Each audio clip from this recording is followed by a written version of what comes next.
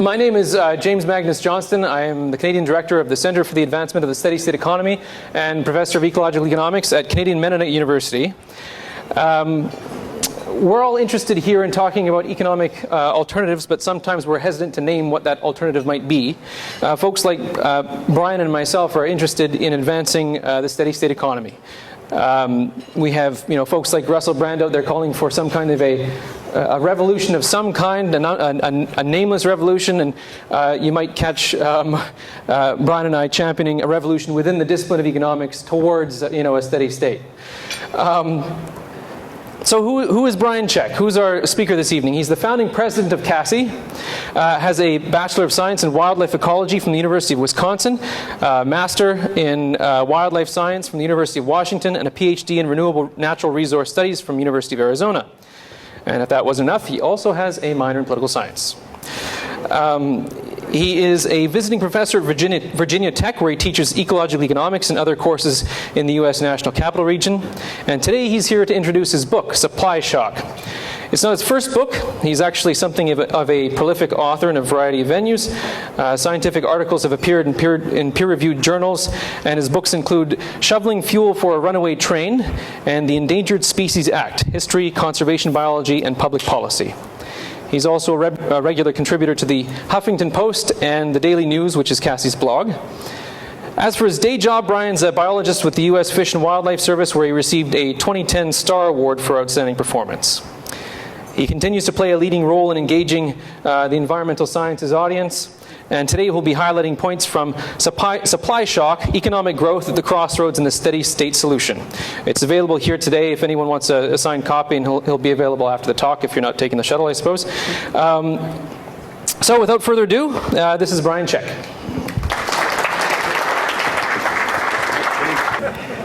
But I should get right into it. This Supply Shock book, I spent a lot of the past 14 years on this thing, and so I want to tell you about it. It's a 4-part book. This first part is about what I'm calling economic growth at the crossroads, and the second part's a history-based part. It's called The Dismal Science Comes Unhitched, because we're going to talk about how neoclassical economics got corrupted to not recognize the importance of land in economic production. And then part 3 is the overview of ecological economics, plus a couple of my own takes on it that I have to offer. And then part 4 is about politics and policy, the horse before the cart. I'll use that metaphor extensively, at least in that part, if not prior. Okay, so part of my effort here is to help us all in advancing the steady state economy as the sustainable alternative to economic growth. And so this first chapter, it really is the economy stupid. Obviously this is making fun of the political slogan back in the early 90s in the U.S.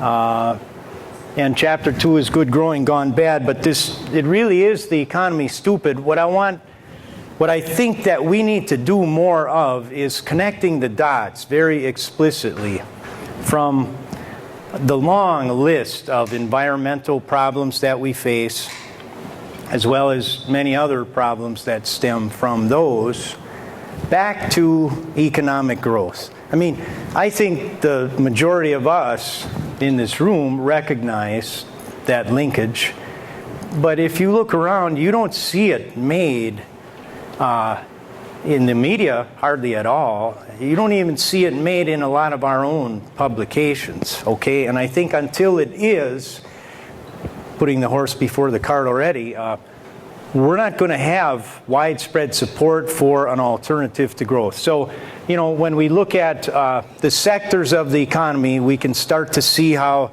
the whole economy growing is putting tremendous pressure on the land.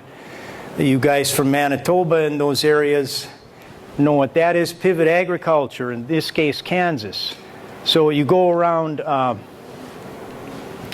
the globe, and you see even, worse cases of it, like this pivot agriculture in Saudi Arabia in the desert. And this first chapter starts out talking about water and pivot agriculture being a major drain on our underground aquifers. Go around the world, though, and you see all kinds of irrigation systems that are draining our aquifers, and there's a lot of literature on this in the natural resource portion of academia. There it is on the ground, probably in this case for Roundup Ready soybeans, and so there you have a whole other element in the threat of modern forms and patterns of economic growth, the ecological instability and biosimplification. But anyway, so you go through the sectors: mining, logging, domestic livestock production, and skipping a lot of the manufacturing sectors, you go up to the very light manufacturing sectors and the so-called information economy, the use of the information. And then, of course, you have, where am I supposed to point this thing? You've got the infrastructure, that the arteries and the veins of the economy. And, and of course, really at the base, even more fundamentally, as a lot of the biophysical economists would point out, more fundamentally than the agro-extractive sectors is the energy sector itself that feeds the whole economy. And then, of course, on the opposite end of the tailpipe, the byproducts of this growing economy, the pollutants. So, like I say, not telling you anything you don't know, but I'm encouraging you to start putting these problems, both individually, some you write about food security, some water, and so on, in the broader context of economic growth.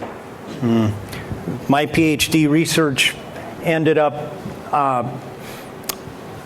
interpreting the Endangered Species Act as an implicit prescription for a steady state economy, because I'm looking at the causes of species endangerment, those slides and other sectors of the economy, and it's just like a who's who of the American economy. So that's how a biologist might get into this stuff originally. So, the good growing gone bad. Another thing I want to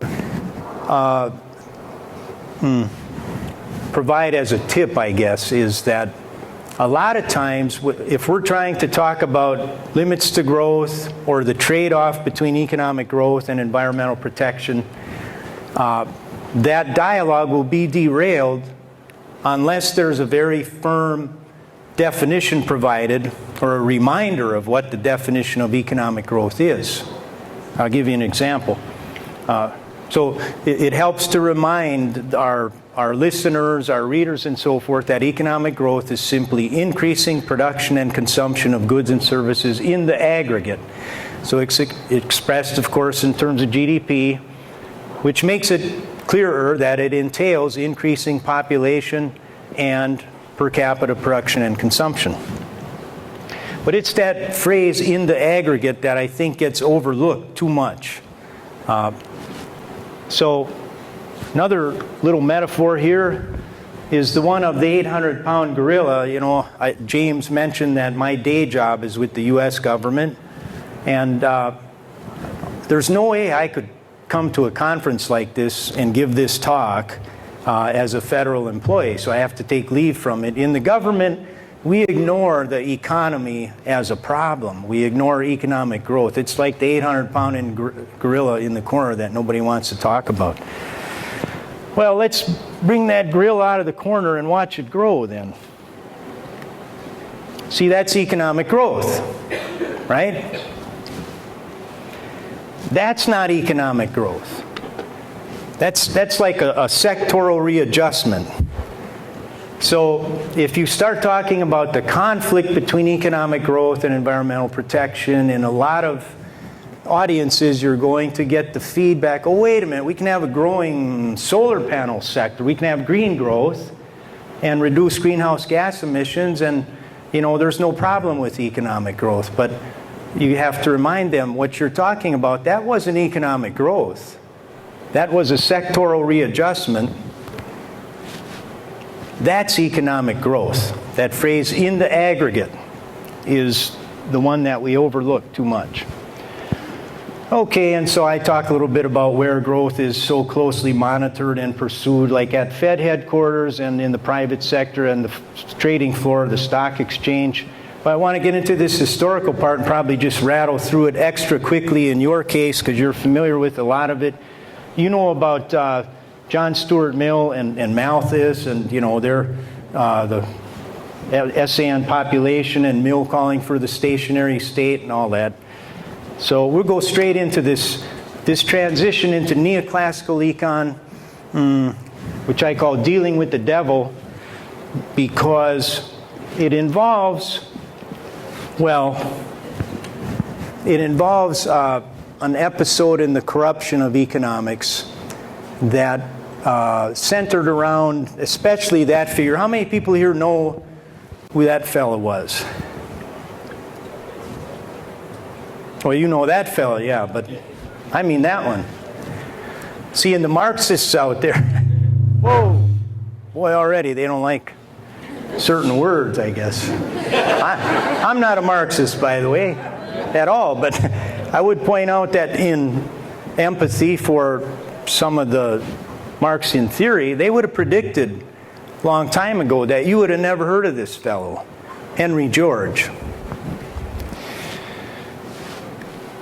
Because his name has been erased from conventional econ books, but he's the guy that wrote Progress and Poverty, published in 1879, by some accounts the highest selling book other than the Bible until 1913. And the primary policy implication of Progress and Poverty was the single tax on land. George, you could say what Marx was to capital, George was to land. What Marx was to the capitalist, George was to the landlord. He wanted to tax the full Ricardian rents of land. That would have been the source of public finance in the United States at the time when the tax code is really being developed, and at the time when economics departments are forming in the United States. So, and by the way, I mentioned the corruption of economics. I don't want to sound too bombastic, but this the corruption of economics is actually the title of the book by Mason Gaffney that described in great detail the reaction against Henry George in academia, and for our purposes, it has one very helpful insight, I think, which is that's what happened to the production function. Did you ever? I found myself wondering many times, what the hell happened to land? You open your introductory micro, macro business textbooks, it'll tell you production is a function of capital and labor. Whereas the classical economists talked all the time about land, labor, and capital, remember? So it's a long story that's drawn out through these chapters in part 2 of Supply Shock, and if you want gory details about all of the rest of the corruption of neoclassical economics that went along with that, and besides that, then there's Mason Gaffney's book on the corruption of economics. But I think this is the most relevant historical development for ecological macroeconomics, where we focus on sustainable scale. Because just think how powerful that paradigm is. I mean, if you try to think of iconic formulae in textbooks, what would you think of? E equals mc squared, probably be the first thing you think of, right? And then try to think of other iconic, formulae or equations. This certainly would be in the top 10. It's the paradigm of the neoclassical economics profession. Who are those people? who are, oh, I'm sorry. So that's John Bates Clark, one of the original neoclassical economists, founders of neoclassical economics. And this string of backlash against Henry George stretched all the way from his tenure at Columbia University during the last decade of the 19th century, first of the 20th, through Frank Knight's tenure at the University of Chicago, with he, of course, graduating more PhD economists than anyone in history. So by the time this was all done, production is a function of capital and labor, and land was ignored. That's why we wind up with a growth theory that I'd call not of this earth. From the Solow model in 1956 through its developments with the Lucas model and to the current state of the art, the Romer model, it's all revolved around this landless production function. Well, there's Solow and there's Romer. And by the way, these are brilliant people, of course. Solow wins a Nobel Prize for his theory on economic growth. I know we like to make fun of economics Nobel Prize winners, right? But they're idiots or anything. They did wonderful things, but they didn't do everything wonderfully. And in Romer's case, his paper, Endogenous Growth Theory, in 1992, I think it came out. It's beautiful. And it is a very significant advance in economic growth theory. But again, revolving around that landless production function. So what happens is then well, I should say just a little bit more about it. Because, no, I'm going to say more about it in the next part of the book. I forgot. But just real briefly, you will conclude with the Romer model of economic growth that there's no limit to growth. That you can have perpetual growth through research and development and therefore technological progress. And what that did is it sprang loose pop economists like Julian Simon and, horror of horrors, politicians to, spread this whatever about how there's no limit to economic growth. And I remember watching old Jack Kemp in his campaign speech in about 1998 saying, we should double the rate of growth and we should double the size of the economy, without ever mentioning anything about any ecological implications of that. So this was all, empowered by neoclassical growth theory, which was rooted in that corruption of economics as manifest in the landless production function. So this next part of the book is, well, it provides our overview of ecological econ and a little bit of a history of it. I'm going to skip that part for our purposes. But I want to talk a little bit about these two chapters, which are things that, most of your ecological economics still has come from economists. I think it's fairly safe to say. I know there's a lot of input these days by ecologists and systems thinkers and so forth in biophysical econ. Well, I want to bring some really central wildlife ecology principles into it also, and especially this trophic theory of money.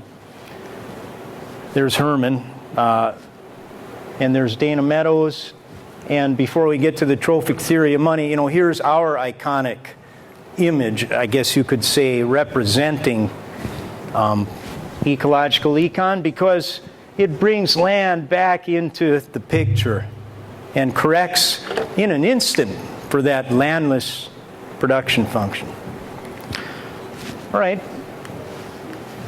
Well, don't sell the farm just yet, because, when I spent 5 years working for the San Carlos Apache tribe in Arizona, and I was the director of their game and fish department. The last 2 years I was there. And I was an elk biologist before that. So I loved the San Carlos reservation, the biggest elk in the world are from there. So we would sell every year, we would save 3 very special elk hunts to maximize revenue for the tribal budget.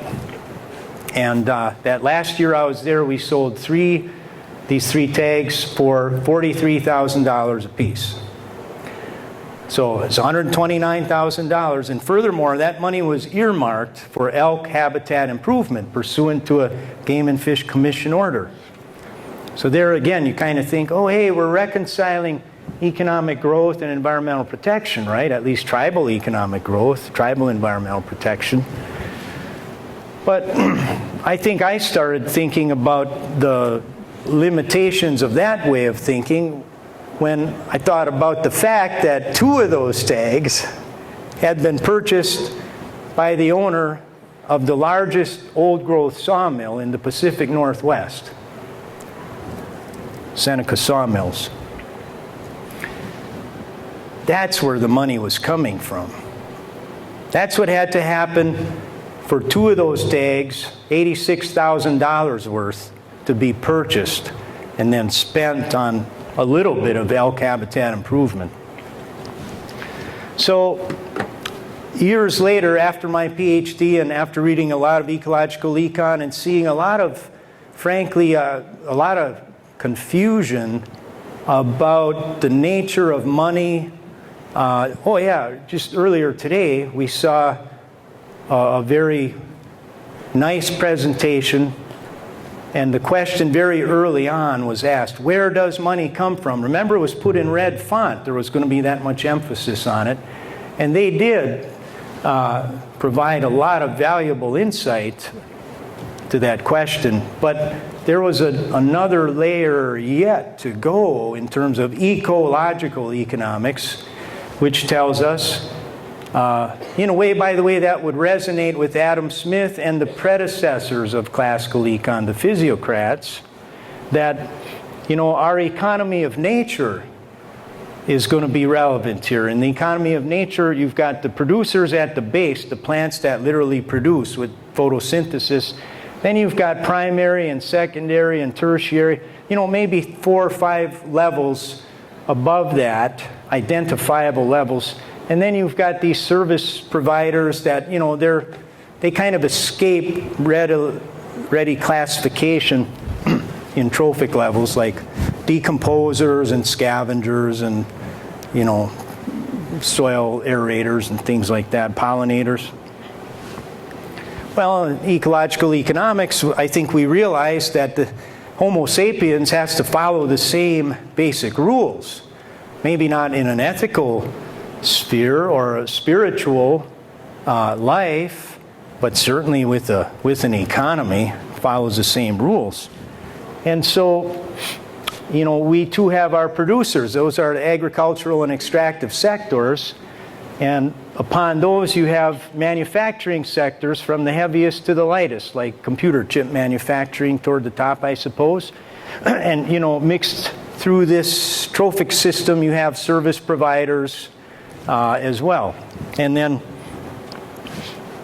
you know, putting the two together philosophically, it helps us to recognize then, sort of like that iconic figure in ecological economics, that with humans as part of the whole shooting match, if you will, economic growth is sort of a trophic compression of the rest of the economy of nature. It's very easy to understand why GDP goes up and biodiversity goes down.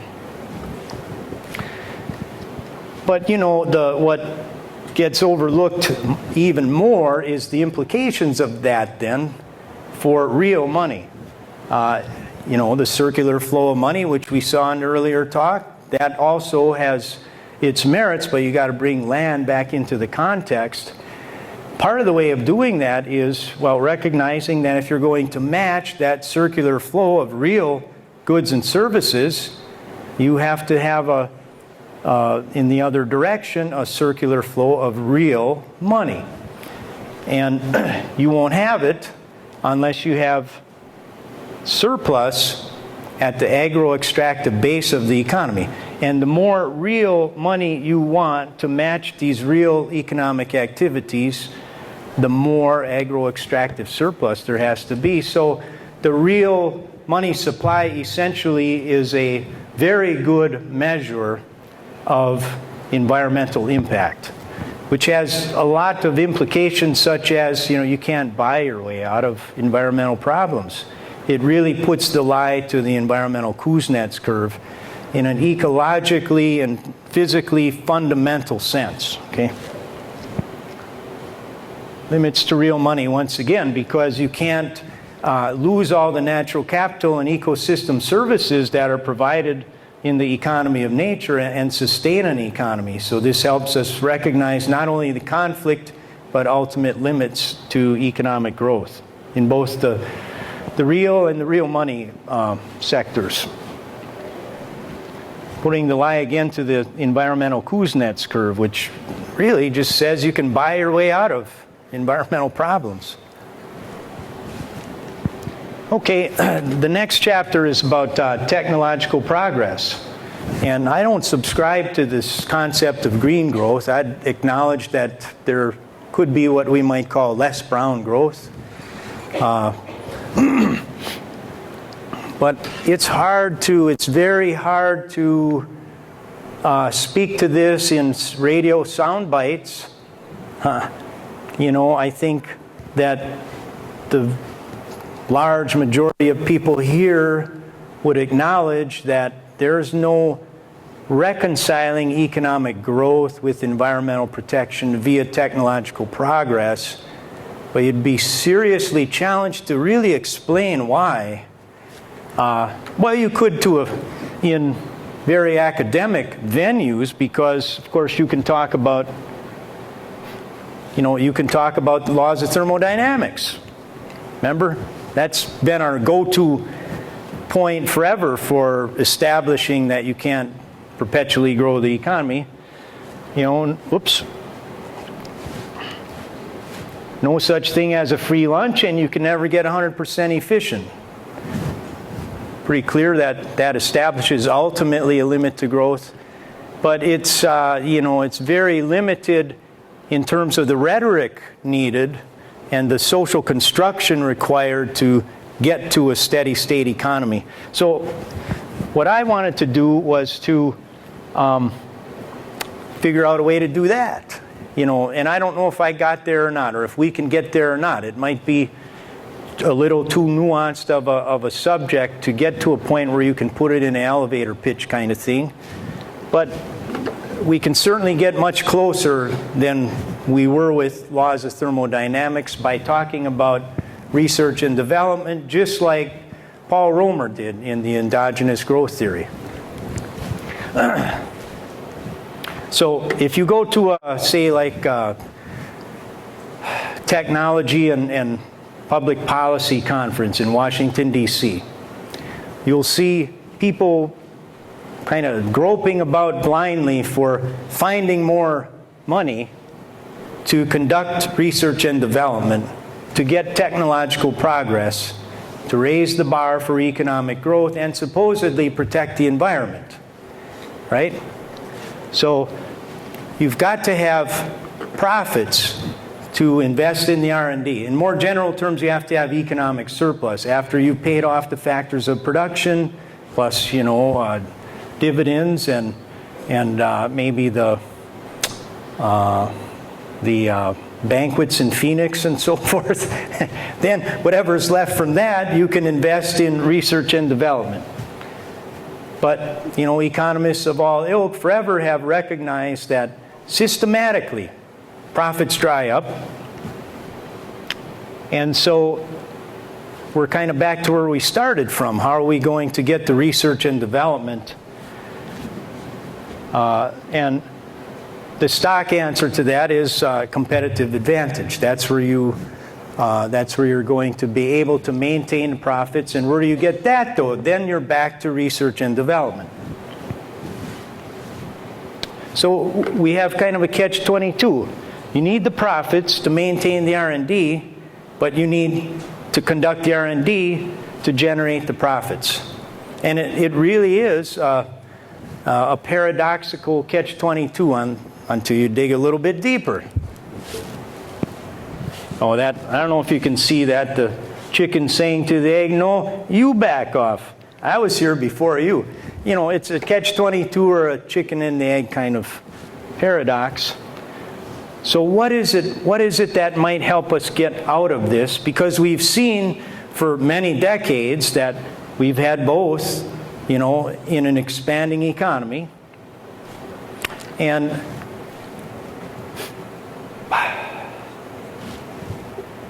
I couldn't find this anywhere. I spent a lot of time looking for that. And finally reading that dastardly tome by Rostow on economic growth theorists from David Hume to the present. About 75% of the way through there, he talks about, what's his name, the great national income accountant, Edward Denison. And that's where you'll find it, if you're looking. Because I think that's it. It's economies of scale. That's the way out of that paradox. See, economies of scale, that's the other way to increase efficiency, to get competitive advantage over the other firms without technological progress, right? But by definition, it's based on already existing levels of technology, levels and forms of technology. So your attempt to evade or escape or obviate the conflict between economic growth and environmental protection via technological progress doesn't make it, because you had to capitalize, so to speak, on economies of scale to keep that chicken and egg spiral growing, both the chickens and the eggs. See, that's economies of scale. That's way more efficient. There's no way that's anywhere as sustainable. You know, and economies of scale operate through all sectors and macroeconomically as well as micro. You know, and they operate at the other end, they have their results at the other end of the tailpipe too. That's just the BP oil spill approaching one of our national wildlife refuges, and oh yeah, New Orleans. So, you know, I don't know, that probably didn't work. But I think if you read Chapter 8 on technological progress and less brown growth, that'll work for you, and then maybe we can figure out a way to express it in an elevator pitch. But now we get into the, you know, the practical and political application of all these findings of ecological macroeconomics, and we have three parts here. The first part is a history of economic growth focused on the United States, and then we talk about Hummer haters and the steady state revolution revisited, and then we come to this final chapter on policies and diplomacy, steady statesmanship. So this steady state revolution, you know, I wanted to resurrect an old title which was cut short in 2000, Shoveling Fuel for a Runaway Train, part 2 of which was, well,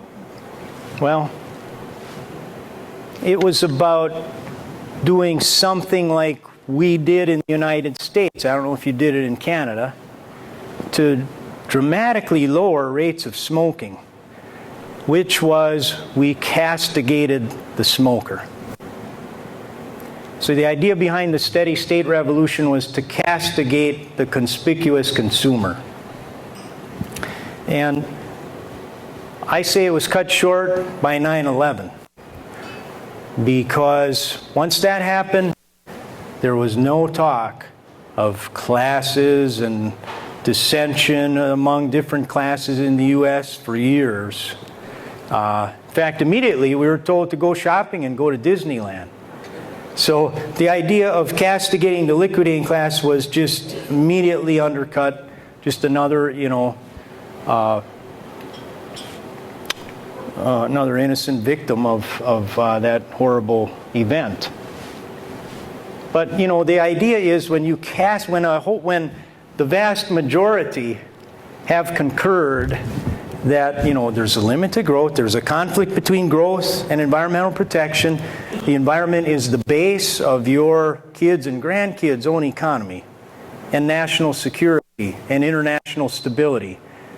So if you're driving that Hummer and wearing that fur coat and building that McMansion, people are going to start to have an attitude about that.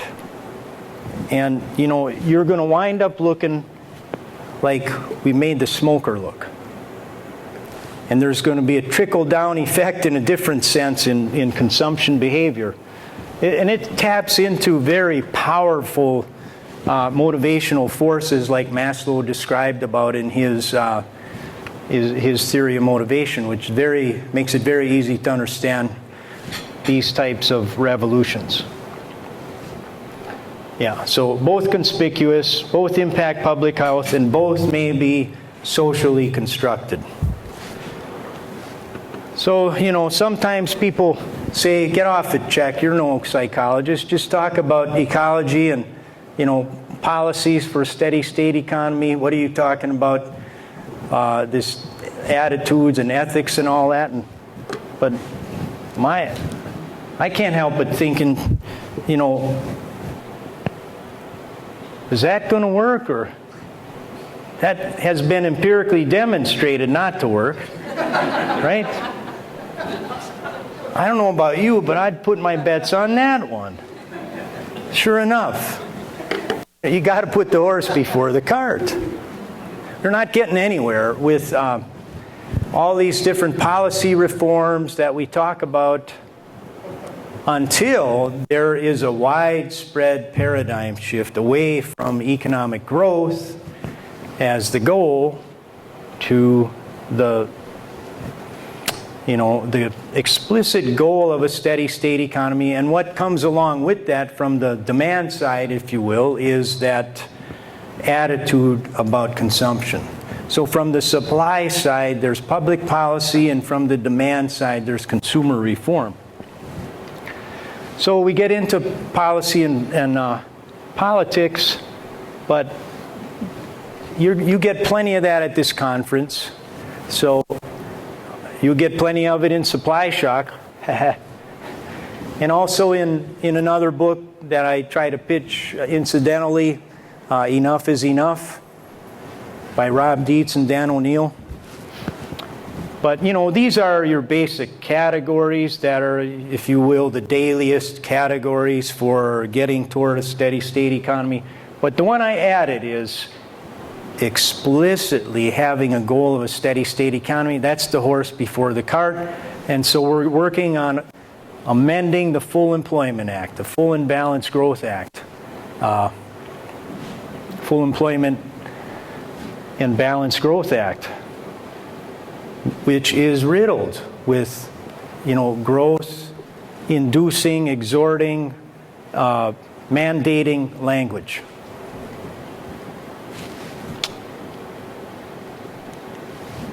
And so, and another thing that you'll find is an effort to take that steady state revolution concept and language and get more, what? Old with it. That's one way to put it, like me, you know.